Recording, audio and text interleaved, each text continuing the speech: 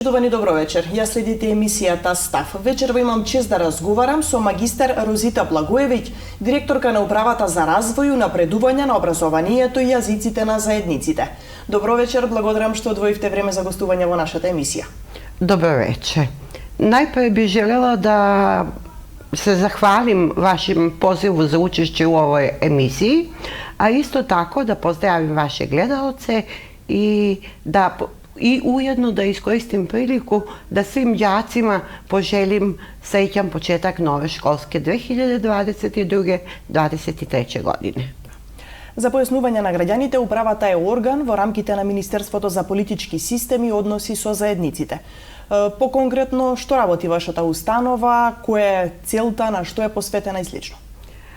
Uprava, kao što ste kazali, je deo Ministarstva za politički sistem i odnosi među zajednicama i ima veoma važan zadatak, a to je zadatak da poboljša obrazovanje etničkih zajednica u Republici Severnoj Makedoniji. To je jedan kreativan i dosta težak zadatak, međutim, uprava koja je sastavljena od različitih nacionalnosta, etnikuma, radi besprekorno i doprinela je u stvari za poboljšanje svih uslova, svih etničkih zajednica u Republici Severnoj Makedoniji.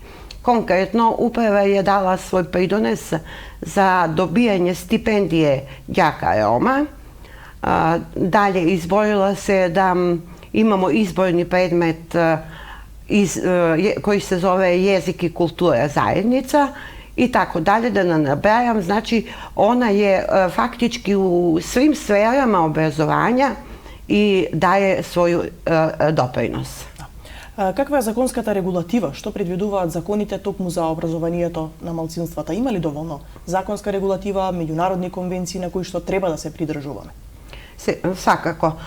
Međunarodna deklaracija o pravima deteta, kao i deklaracija iz Salamanke, čiji potpisnik je Republika Severna Makedonija, garantuju pravo svakom detetu na kvalitetno obrazovanje, što je mnogo bitno.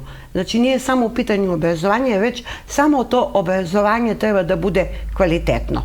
Ustav i zakoni u sferi obrazovanja i prava zajednica u Republici Severnoj Makedoniji omogućavaju i garantuju obrazovanje na maternjem jeziku pripadnicima zajednicama koji učestvuju sa 20 ili više procenata u populaciji opštine ili države. Ovi dokumenti obavezuju državu preko njenih institucija da implementiraju obrazovne mere koje će biti u najboljem interesu učenika i omogućit će svakom detetu jednaki pristup i najbolje uslove za kvalitetno obrazovanje. Kada govorimo o kvalitetnom obrazovanju, jedan od faktora koji doprinosi za kvalitetno obrazovanje je omogućiti deci nastavu na jezik koji najbolje poznaju, a to je svakako maternji jezik. Pravo obrazovanje na jeziku svoje etničke zajednice je regulisano također zakonom za unapređenje i zaštite prava pripadnika zajednica koji su manje od 20% od ukupnog broja naseljenja u Republici Severnoj Makedoniji i ova je mera sa kojom se učenicima omogućava da prate nastavu i da uče maternji jezik i ova mera u kontinuitetu znači se afirmiše i progresira. Saglasno zakonu o osnovnom obrazovanju, jedan od ciljeva osnovnog obrazovanja je razvijanje pismenosti i sposobnosti učenika za razumevanje, informisanje i izražavanje, pored makedonskog jezika i njegovog kiriličnog pisma i na jeziku i pismu pripadnika zajednica koje govore jezik koji je različit makedonskom jeziку. Се наметнува прашањето што доколку припадниците на малцинските заедници најдат на одредени проблеми, дали може да реагираат кај вас, кај управата да сугерираат за непочитување на одредено право во врска со образованието? Свакако, значи наша институција odnosno Uprava za razvoj i unapređenje obrazovanja pripadnicima etničkih zajednica stoji na raspolaganje da daje konkretne savete i da preuzima neke korake koji bi pomogle oko rešenja problema koji postoji. Активни сте и со низа семинари, работилници, давате поддршка на сите заедници, ги промовирате јазиците. Неодамна имавте и активности, мислам, со влашката заедница. Да, био е организиран летни камп у Охриду, на ком су узели учешće 27 ученика, припадника Вашке заеднице, i to je bio jedan predivan kamp koji je bio organizovan u Hotel Metropol u Ohridu. Imala sam tu čast i privilegiju da prisustvujem otvaranju letnjeg kampa i da vidim zadovoljstvo učenika koji su izabrali, znači, da na ovom letnjem kampu poboljšaju svoje znanje vlaškog jezika. Куманово е мултикултурен град, низа заедници, многу ми намилуваат да речат Македонија во мало. Во Советот се зборува дури на 4 јазици, на различни јазици се зборува и во училиштата. Што покажуваат вашите анализи досега? Каква е состојбата со помалобројните заедници во градот и српската заедница е една меѓу поголемите, побројните, да речем?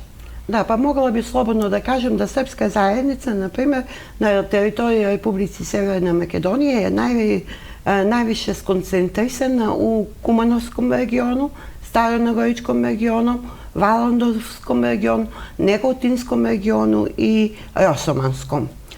Што се тиче образование на српски заеднице у Куманову, говоримо значи сада о Куманову, можемо слободно да кажемо да значи у Куманову имамо едну школу gde se nastava izvodi na srpskom jeziku i to do 5. razreda. To je osnovna škola Beća Riba koja se nalazi u selu Tabarnovce i pripada opštini Kumanovo. Да, токму така. Како сте задоволни од предизвиците со кои имаат ли всушност предизвици србите во врска со образованието? Могла би да напоменем сада да постои još две школе gde se izvodi nastava na srpskom jeziku. To je osnovna škola u opštini Starom Nagoričanu, osnovna škola Svetozar Marković i osnovna škola Ćiril i Metodije koja se nalazi u selo Kučevište, opština Čučer Sandavo. U ovim školama upisano je ukupno 151 učenik koji prate nastavu na srpskom nastavnom jeziku.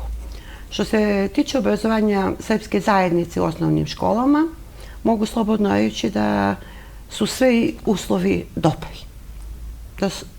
Da smo relativno zadovoljni sa uslovima u koje se izvodi nastava na srpskom nastavnom jeziku. Postoje udžbenici, ima lektire, ima didaktički materijal, nastavnici koji izvode nastavu su... Доволен ли е бројот на наставници? Има ли доволен наставен кадар? Има укупно, значи, у овим школама 76 наставника изводе наставу на српском јазику. Меѓутим, ту има еден проблем, а то е што само 20 од нив су припадници српске етничке заеднице. То е еден податак што се тиче тога и то значи да имамо потребу од обуке za bolju nastavu na srpskom jeziku, obuke sa kojima bi se poboljšao kvalitet znanja, poznavanja jezika samih nastavnika. Да, напоменавте дека има доволен материјал на мајчин јазик од кој што може да се образуваат дечињата. Тоа се однесува за сите и за основно и за средно? Не односи се. Тоа се односи само за основne škole. Osnovne škole, znači oni imaju prevedeno sve, za sve zajednice sada govorim, imaju udžbenike, imaju prevod napravljen i rade spored nastavni program, nastavni plan i program Republike Severne Makedonije. Znači tu nemamo nikakvih problema, zadovoljavajući su, udžbenici su dobri, sada imamo novi nastavni program za koji su isto tako izgotovljeni udžbenici, tako da znači u osnovnoj školi sve teče po planu. Mislim, zadovoljni smo stvarno. Što se tiče srednje škole, mogu da kažem slobodno da za prvi put 2021-2022. godine je otvorena paralelka na srpskom jeziku u srednjoj školi, opštinskoj školi, gimnazija Goce Delčev u Kumanovu. Iako mnogo godina pre toga, znači otvarani su konkursi, ali nije bilo upisanih učenika. Prvi put se to desilo, kao što sam kazala, da se ne ponavljam, 2021-2022. godine, kada su se zapisali 3 učenika koji prate nastavu na srpskom nastavnom jeziku. Trenutačno stanje, znači u gimnaziji Goce Delčev, koja je momentalno jedina škola gdje se izvodi nastava na srpskom jeziku, u prvoj godini su opet upisani 3 učenika. I nadam se iskreno da će se taj broj u međuvremenu malo i povećati. Според вас, неопходна ли е промоција на српскиот јазик и уште поголем број низа активности за да расте и овој интерес токму кај учениците? Svakako. Promocija jeste potrebna zato što, eto, pretpostavljam da roditelji možda i ne znaju da imaju mogućnost da svoje dete upišu na srpski jezik u gimnaziji Goce Delčev. Iako direktorica škole je otvorena i preuzela puno toga na sebe oko ovog pitanja, tako da, ali nije samo to, znači treba svi zajedno da radimo na pitanju obrazovanja srpske zajednice, pogotovo srednjih škola. Tu bi napomenula da sam razgovarala sa predsjednikom Srpske stranke Republike Makedonije, gospodinom Miroslavom Jovanovićem, koji se je založio za otvaranje paralelki na srpskom jeziku u osnovnim školama u gradu Kumanovu i također u srednjim školama, da to se ne zadrži samo na gimnaziji Goce Delčev, da i druge škole, srednje škole, otvore paralelke na srpskom nastavnom jeziku, naročito za one struke koji su i tekako atraktivne za naše društvo, kao što je medicinska struka, kao što je farmacija, IT tehnologija i tako dalje. Не споменавме само што предвидува законот, колкав треба да биде бројот за да започне да функционира оваа паралелка. Da bi počela da funkcionira jedna paralelka, potreban je zahtjev roditelja, 15 ukupno, koji bi se izjasnili da žele njihova deca da prate nastavu na srpskom jeziku, znači sa svojeručnim potpisom, i taj zahtjev se daje do školu gdje bi oni željeli da se to, znači da se ta paralelka otvori. Zatim škola, to su znači koraci koji su neophodni da se urade, zatim škola ispraća taj zahtev do Ministarstva obrazovanja i nauke, koje daje ili ne daje saglasnost, to ipak zavisi od njih. Međutim, uglavnom se dobija saglasnost. Да. Се насочивме на основно и средно образование, а го скокнавме она што можеби и најважно, предшколското образование, градинките. Има ли српски јазик во градинките и колку е се до тоа важно уште од најмали нозе дечињата да зборуваат на својот мајчин јазик? Ja lično smatram da je potreban jedan kontinuitet u obrazovanju. Znači, a taj kontinuitet počinje tačno iz predškolskog obrazovanja, gdje bi djeca znači, učili na svoj maternji jezik, dalje to produžava u osnovnom, srednjom i na kraju fakultetu. U Kumanovu postoje 2 bilingvalne paralelke na srpskom jeziku i to postoje već dugi niz godina. I počeli su da rade preko jedan projekat koji se zove Mozaik i funkcioniše to i dan danas. Znači, to je u 2 klona naše gradinke Angel Šajče. Imamo znači, učiteljice koji izvode tu bilingvalnu nastavu i to se odvija znači, odlično. Кои се плановите на управата за наредниот период и што предвидувате, да очекуваме ли подобрување на условите за работа на наставниците, на дечињата, на сите малцинства? Пред да одговорим на тоа питање, желела бих да се вратим на изборни предмет. Изборни предмет кој, ето, управа je doprinela za uvođenje ovog izbornog predmeta jezik i kultura je zajednica.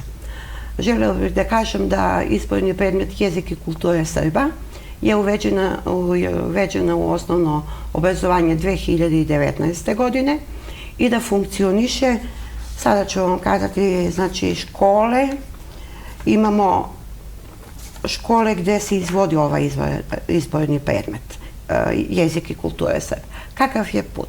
Znači, uprava šalje ankete školama, škole sprovode ankete da li učenici i njihovi roditelji su saglasni da deca prate ovaj izborni predmet koji počinje u 3. razredu sa jednim časom nedeljno i produžava 4. i 5. u kontinuitetu do 9. razred sa po 2 časa nedeljno. Roditelji odgovaraju na tu daljenu anketu i ukoliko ima interes, uvodi se ovaj izborni predmet jezik i kultura zajednica. U ovom slučaju razgovaramo o gradu Kumanovu i razgovaramo većinom o srpskoj zajednici.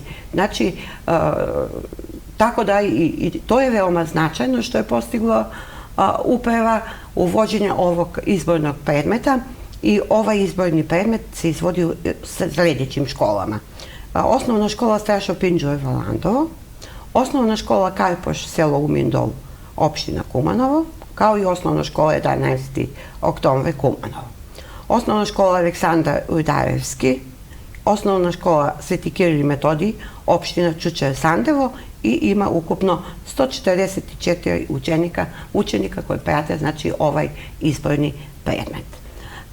Posle sprovedene ankete od strane osnovnih škola i posete Uprave za razvoj i unapređenje obrazovanja zajednica, nekim od osnovnih škola, imamo uvid da će se od ove školske godine izborni predmet jezik i kultura Srba uvesti u osnovnoj opštinskoj školi Kočoracin u Kumanovu, kao i Magdalena Antova u Kumanovu, ukoliko, znači, ove škole dobiju saglasnost od strane Ministarstva za obrazovanje и наука. Да, и последното прашање беше кои се плановите на управата за наредниот период и се очекува ли подобрување на условите за работа на наставниците и на дечињата пред се? Па, знаете, од самог тека овог разговора могли сте да видите да има известни напредак у развоju образовanja zajednica, koji, znači, evo, izborni predmet, učebnici, prevod udžbenika i tako dalje, ali moje mišljenje da to još nije sasvim dovoljno. Nedostaju, kao što sam kazala, obuke za nastavnike koji izvode nastavu na srpskom jeziku, kako bi mogli, znači, da doprinesu za kvalitetnije obrazovanje svih učenika. Nedostaju nastavni programi za srednju školu, to nisam kazala, znači imamo problem, nema nastavni program za prvu godinu i za drugu sada srednja škola i gimnazija Goce Delčev. Lektire također nema za srednje škole, što mi daje za pravo da kažem da nije samo omogućiti učenicima da prate nastavu na svom maternjem jeziku, već treba im obezbediti i kvalitetno obrazovanje, što je veoma bitno već zato što smo sada 21. vek i tekako je potrebno imati kvalitetno obrazovanje.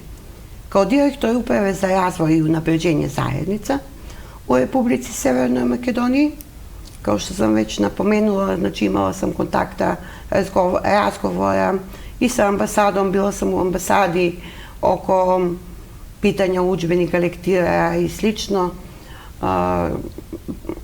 Zatim predsjednika Srpske stranke u Makedoniji, gospodinom Miroslavom Jovanovićem, i mislim da, znači, da je moj primarni zadatak uspostavljanje kontakta i komunikacija i sa ostalim činiocima u državi koji mogu svakako na svoj način da doprinesu za razvoj redovnom obrazovanju деца на српском јазику.